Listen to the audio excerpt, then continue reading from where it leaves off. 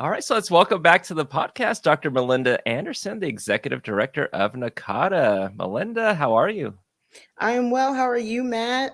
I'm doing well too. We're recording this in early June. It's very busy where I'm at. We just got done with our third new student orientation for first year students.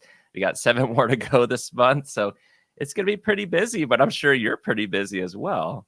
Yes. Well, I know many campuses right now are in the throes of orientation and welcoming, their new students, whether those are first-time, full-time freshmen or transfer students or students that are being re-enrolled. And so I know everybody's really busy, but these are exciting times. And the association very busy with our events. As you mentioned, we are in early June, so preparing for Summer Institute. But we just most recently wrapped up our last region conference when we were in Victoria, British Columbia for Region 8. So shout out to all the regional conference experiences that went really well. And so as we look towards the summer, towards the annual conference, just like most campuses, we finish one thing and then look forward to the next one and celebrate along the way. So Yeah, and by the time this episode airs, you're going to be traveling. You're going to be going to California. Can you talk to us more about what's going to be happening there? yes, I'm actually really excited. California State University at Dominguez Hills is doing their inaugural Juneteenth celebration, and they are inviting Cornel West as one of their keynote speakers. He is going to be talking about the urgency of now, and they had asked me to join to be one of their think tank facilitators and then to also speak on the future of academic advising or holistic academic advising. And so I'm just honored to be a part of an inaugural event, especially around Juneteenth. When I think about all the things that we have going on in the world, it's just really good to just take a moment to stop, pause, and reflect, and to celebrate something like Juneteenth that really reflects on the emancipation of slaves and the United States. For those who might not be familiar with Juneteenth, it is the day that we recognize and commemorate.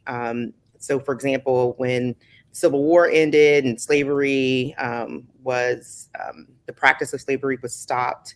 Um, there actually was a gap in time frame, right, in terms of when that message really got across the union, if you will. And so that message, when it got to Galveston, Texas, was actually on sometime later than actually when everybody else was aware of that message.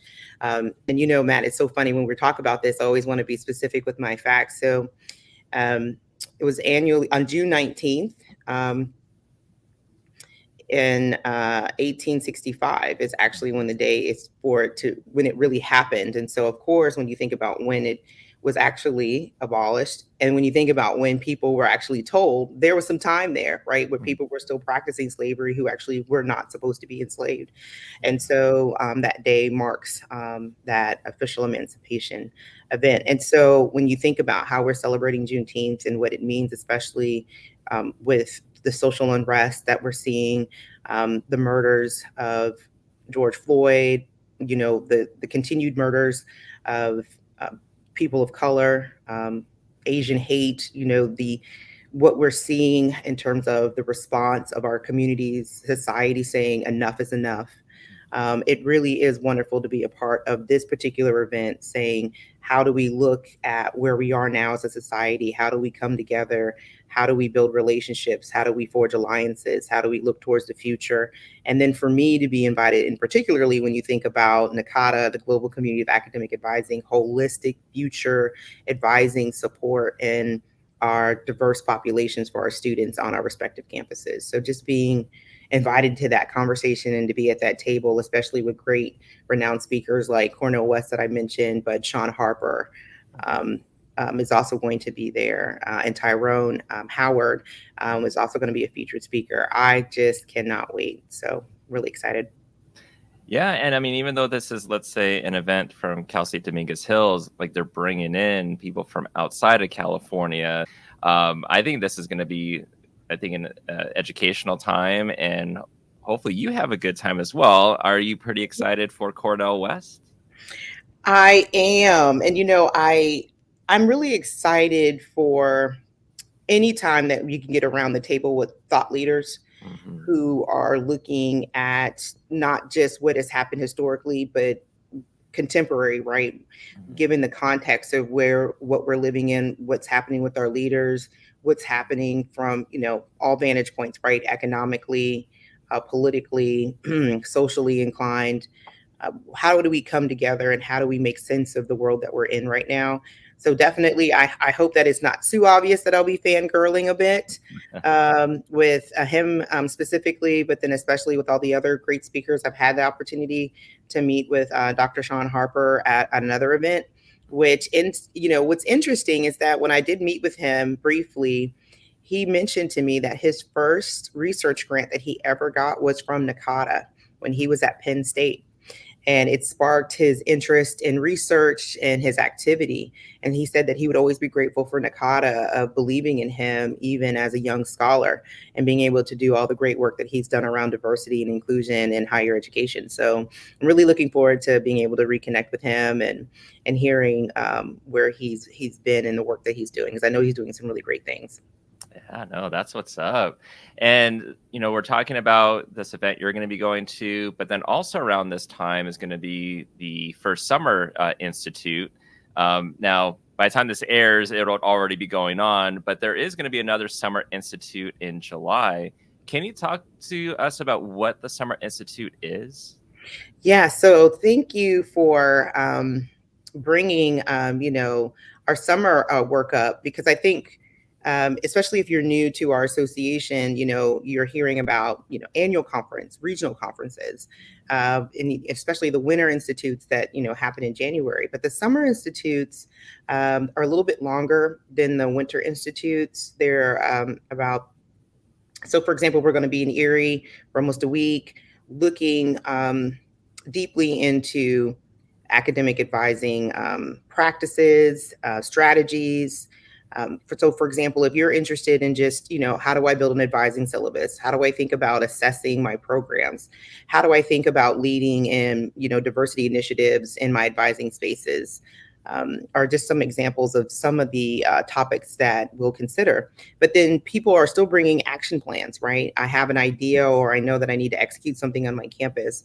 You can bring an idea with you, and you'll be working with faculty in these institutes, and we'll be able to kind of guide you in your processes as you move forward and think about how do you bring your action plan alive on your respective campus. And so we have two sessions. So you mentioned, we will have one in June by the time this airs, but then definitely, it won't be too late to come to the one in July. Erie, we're going to be right there on the lake, so it's going to be beautiful. So we always try to pick, really great spots in the summer while you come together with your colleagues and really great faculty that have really strong knowledge base and skill sets in the areas in which people are looking to grow. And I always thank people. I know summer's a busy time. How do I get time off my campuses to engage in this work?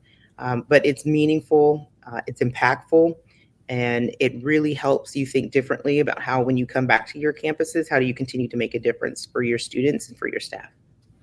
Yeah, and I'm sure people listening might be thinking like that sounds really great. I want to attend, but like you're saying, I might be super busy during summer at this point, so maybe the July one may not work out.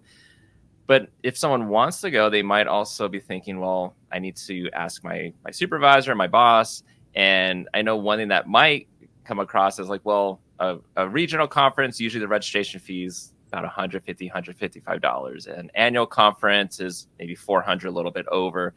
But for the institute, they might see that $875 registration fee. So can you talk more about, what could convince, let's say, a boss to, hey, let my employee attend this, that it really will be beneficial for Right. them and for our institution or department? Right. No, I really like the way that you've asked that question, because that's the real truth, right? Sometimes it's not necessarily, do I think that this is a good idea? It's how do I create the right space and opportunity to justify to, my supervisor or to senior level administrators that this is the right investment right now. When I've asked the question, what's happening? What is the future of higher education? How do we do this work better? I sometimes I stand back and I say, can you afford not to, right? Invest in thinking differently about your work. We always talk about the definition of insanity is doing the same thing over and over again and expecting different results. I know that sometimes these price tags may seem steep, but when we think about 4.5 days of intense work, reflection, creation of an action plan and an assessment plan of the work that you're going to do when you bring back to your campus, and then the ability to have connections and follow up with the faculty that are helping you with designing your project or your goal when you get back to your campus. When you think about how you're supporting students either through a retention or a completion plan when you come back to your campus, that investment is well worth it. I know that sometimes people think one pebble, so for example, one person from one campus, what difference does that make? But it's the ripple effect, right? You have one person from an institution that's representing so many interests and stakeholders. And when they come back, they are on fire for not just change, but for shifting the culture in order to make a difference on their campus, for their students and keeping the student centered in the part of that equation. And so we give them tips and skills and how to, and practices on how to do that. How do I manage up? How do I use data differently? How do I think differently about how to resolve these issues? And how do we build a community so that when I leave this institute, that I'm not just going to go back to business as usual, right? And so these institutes, our regional conferences, we work really hard to make sure that they're not just inoculations, Matt. It's not just I went and I had a really great time and I met really great people and we're doing similar work. It is creating a community, and so that you can see the growth and development in terms of how you're looking at your campus and how you're solving a problem.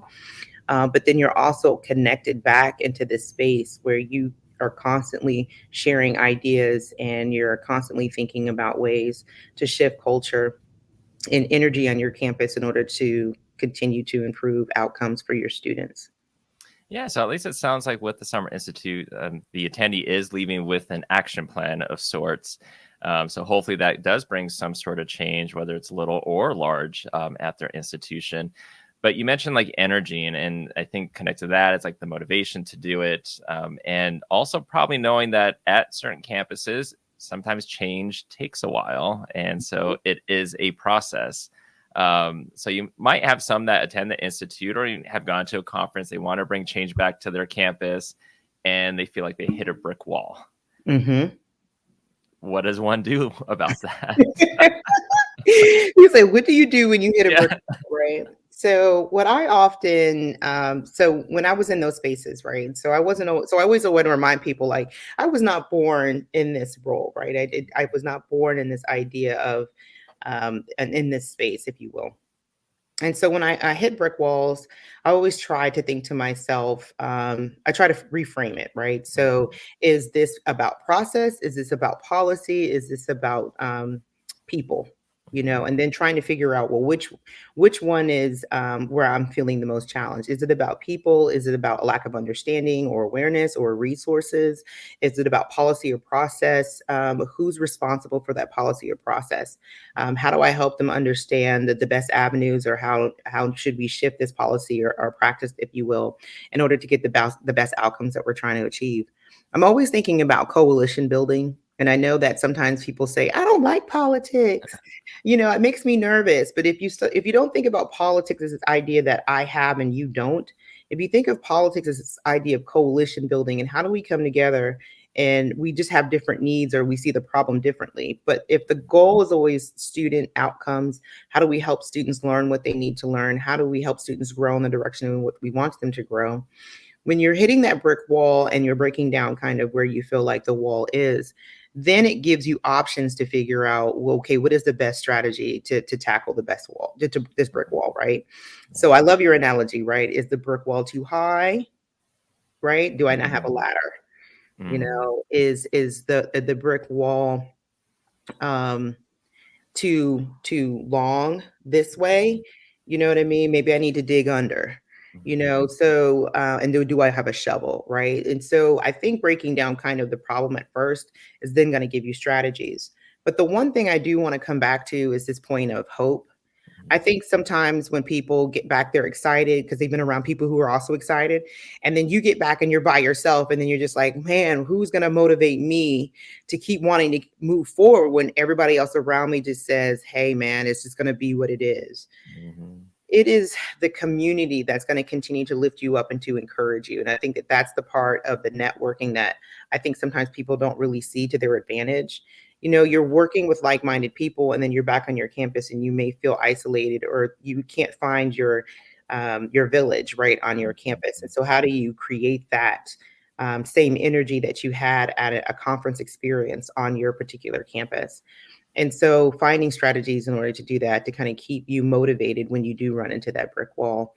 And so I always just remind people that there's the hope of the way that you move forward is going to always be important when you're thinking about shifting culture or trying to get people to move on the same page, even if they don't necessarily agree with your particular solution of how you need to move forward.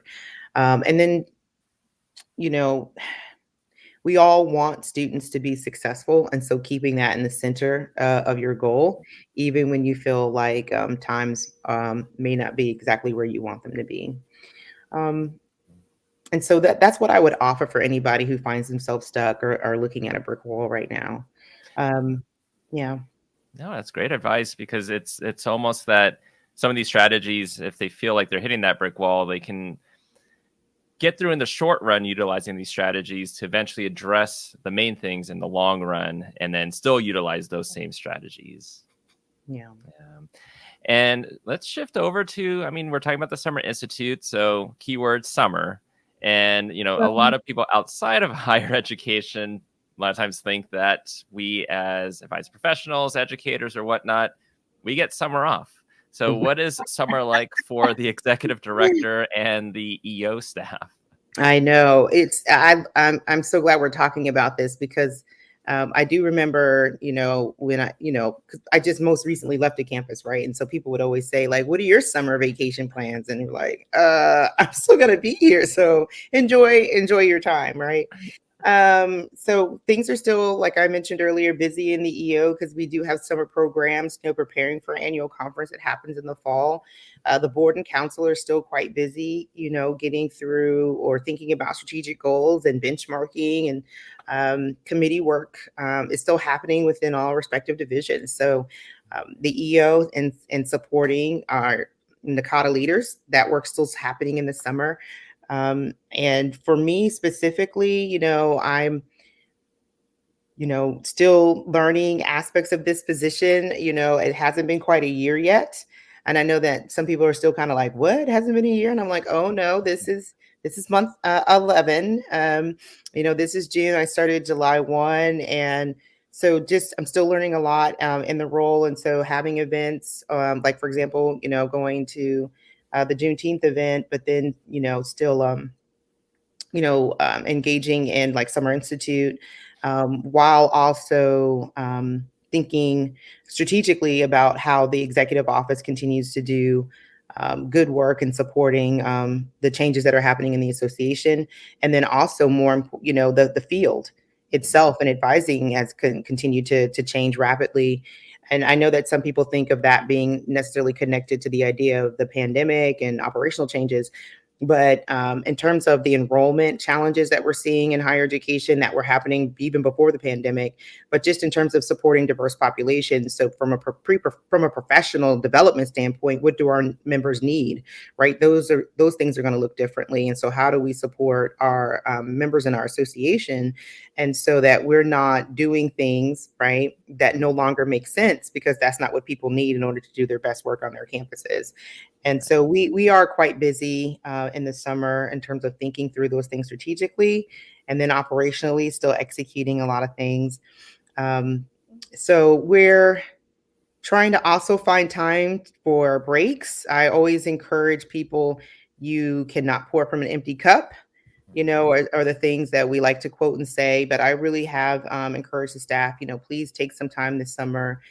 You've really, if you've just got to recharge in the ways that make sense for you. So don't feel, because, I always love talking about this one particular provost, Marilyn Shear, when I was at UNCW, And she would always say, work is going to be there, so you got to make sure that you're protecting, your body and your mind, and making sure that you're resting when you can. So I do encourage the staff to take time off when they can in the summer, to make sure that we're recharging and taking care of ourselves and our families. And so I know that that's becoming more of a challenge, especially when I think about our members and then my colleagues in our respective roles. I'm not a really good person in terms of taking my advice. Matt, we've had a lot of conversations offline like, hey, how are you doing? I'm like, Right. I am working on self-care. I'm working on taking my own advice in terms of taking Hmm. breaks. But there's just a lot of exciting work to be done. But I do need to remind myself sometimes that I need to take some time too and make sure that I'm recharging my body and my mind. But so excited about everything that's happening. But I want to be present to see it too. So I've got to remind myself that I need to slow down sometimes. It's a marathon and not a sprint. That's exactly what I was about to say. Was higher ed advising NACADA, making change. It's a marathon. Right. So what about you, Matt? What do you have any summer plans? I know we talked about orientation, you're rolling in that, but I do hope that you're taking some of my advice and you're going to take some time for yourself this summer. I'm trying. I'm trying. Yeah, we have 7 more orientations to go, and then we go into transfer orientation in July. So, luckily, what's nice about our institution currently for summer is we work a 4-10 schedule. So, I do get Fridays off, Okay. and I'm more of a morning person anyway. So, to be at work at 7 and start, I'm like, fantastic. And now to get the benefit of getting a 3-day weekend, even better. Right. But yeah, in August I will be going to a Star Trek convention in Las Vegas. So yes, Nice. That sounds exciting. My daughter and my son would love that. I would oh too. yeah, I'm just be honest. Like we're all, I love it. We're all Comic Con, name it, fill in the blank. We're there. So that's exciting. yeah. Those are the type of events that hey, you'll have a lot of people there, but everyone is all happy, excited to be there. They get to they're finding their joy, having a good time. Yeah. And so usually I'm very much introverted, but that's a place where I get energy. So Oh, it's going to be a good time. oh my gosh. I cannot. Do you dress up? Are you one of those that dress up or? No, I don't do the Oh, cosplaying because that costs money. I got other bills to pay. that's like, I got bills. I love it. Yes, I can go to that fantasy land in a way, but I'm realistic though. Right, right. I love it. Because I was gonna say you've got to take pictures, but you said okay, so you don't dress up, but I do love the creativity when you see Yeah. people in those spaces, and I'm just like, Hmm. gosh, this is so amazing. So, but I'm excited for you. That sounds like Oh, fun. I appreciate it. Yeah. And you were mentioning that you're coming up on your 1 year anniversary as executive director. And this also means, bittersweet that it's also Charlie Nutt cycling off later this month. Yeah. Any words, anything you want to say to Charlie or about Charlie? Yes. So, he was in phased retirement, and I know that sometimes Hmm. people are like, "Well, I don't understand." So, um, I thought he already retired last I year. know, right? So people were like, "I don't understand." Like, Charlie isn't he already? So no, Charlie was phased retirement, and so yes, he officially retires June 30th. And but Charlie will never be too far away from my heart or my mind. He's just always been a tremendous ally for me professionally, even when I wasn't in this particular role. And so he's just always had really good insight and advice. When you think about being the third person only ever to hold this role, just being able to still pick up the phone and get his perspective, or him just excuse me, just being there and just understanding kind of what I'm going through when I'm feeling like I'm being pulled in different directions. But definitely just his contributions to when he was in this particular role, just seeing the growth and trajectory, right? When you look at, so I'm one of those, I love strength finders. And so if you look at like my strengths, it's, context is in there. So when I look at context and I think about the trajectory and the growth around the association, when he was executive director, you've just got to imagine the magnitude, right, in terms of what that role and responsibility and the tensions were, and in his particular role as it was growing, right? So you have, when you think organizationally, right, you've got these growths and then dips in terms of how organizations kind of move through cycles. And so I can only imagine when it was just exploding in growth and membership and doing all these different activities, like how he was all over the place. And so I think about my parallel journey in terms of COVID, right? And the pandemic and pulling people out of a pandemic and looking at how campuses are coming out of a pandemic. But then you're also having this change around student success and how people see student success as now as this beacon and this strategy that's, this is what's going to save our campus. And then academic advisors saying, well, finally somebody sees us, but wait a minute, that's not the way that we think about our work. And so, so we're moving in different spaces and the conversations are sometimes the same, but then luckily they're different.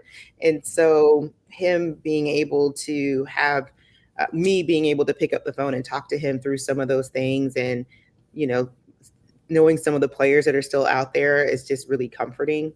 And Charlie, a lot of people still know him very well.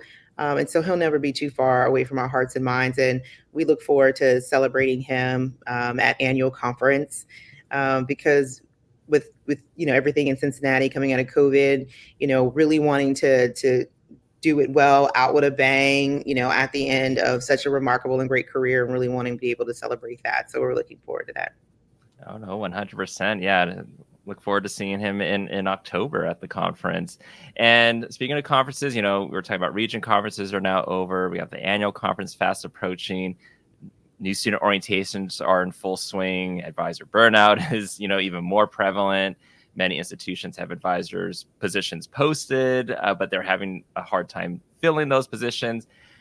A lot going on, good and not so good. So with the time remaining, I just want to leave it open to you. Like, what is your message to advising professionals, to listeners? Yeah. Matt, I just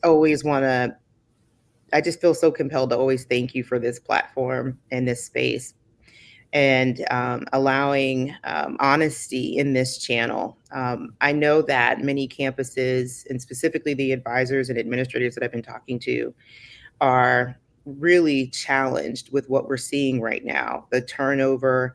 I'm hiring, new people, trying to get them to come up to speed. I know that there's a lot of frustration, but then there's also a lot of hope, right, and excitement around the idea of new people coming into this space and really being excited to work with students and being able to commit themselves to seeing the value in the work that we're doing and helping students navigate what I call the hidden curriculum. A lot of people call it the hidden curriculum, higher education. But even when we think about first generation students and even second generation students, right, it has shifted so much from even 5 to even 10 years ago, but even 5 years ago.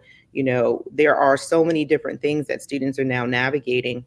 And when we think about how critical this particular juncture is in higher education for students, for faculty, for administrators, I just want to continue to encourage those who are in the field or thinking about leaving the field or saying, maybe this is not the space for me. I want to give them heart. But I also want them to reflect deeply on where is the best place for their skills and their service to the field in higher education. We need you. I would hate to continue to see somebody say, this isn't the place for me, when we know that we could be doing better as supervisors and as administrators. I would hate to see people say, I'm leaving because there's no career ladder and I need upward trajectory and I need a different salary opportunity for myself to be able to provide for my family, or I need a different educational opportunity and I can't get that here. I would hate to lose people when there's things that I know that exist that we can fix. But more importantly, when I think about what's happening right now, especially in the heat of the summer, when you're seeing students come to campus because they have that hope in their eye about, I'm coming to college because I'm hoping to change who I am in the world, and I'm hoping to change my fortune for my family. I'm hoping to change the fortune for the kids that I don't have yet, right? I'm hoping to see myself differently in the world because up to this point, I didn't think it was possible, right? I know that we are necessary for that work. And I know that there's times when we're tired, bone tired, and you need somebody to either hold your hand or sit with you in silence and just to remind you that you're important and you're valuable, even if nobody else around you knows that in that moment you needed to hear that thing. I want this to be the message, Matt, that we send them to them, that says that you are valuable, you are important, you are critical to the mission of every institution and every campus that you work at. And together, if we continue to identify what the challenges are, how do we continue to improve the work around the way that we see ourselves in these spaces, things will get better. If we keep the student in the center of our work, if we keep reminding administrators, senior level administrators, governance, legislators, right? If we keep reminding them that they're the center of the work, then they will absolutely, no doubt, cannot say that what we do is not critical to institutions. And they will respect and value the work that we're doing. I see it every day. When that message clicks, there's no way that they doubt how valuable we are. And I see changes happening. Like you said, it may not happen overnight, but they're happening. And I'm not going to just tell people, hold on, just hold on. You know what I mean? That message would not respect you. But my message is that you're valuable and you're critical, and this field needs you. It needs your heart, it needs your mind, and it needs your energy. And we are here to be with you every step of the way. Yeah. And I think, people listening are going to know that this is real, and this isn't just, fluff talk. This is raw, honest communication that you're giving, and it's great advice of what you have. And just like what you're saying, hope. So Melinda, great to have you on for this mid-year message, and you take care of yourself as well. And we'll have that accountability between the both of us to make sure that we are taking care of each other as well. Absolutely. Yeah. Sounds great, Matt. And as always, it's so good to be able to be in this space with you. Yeah, same here. Take care. All right. Bye-bye.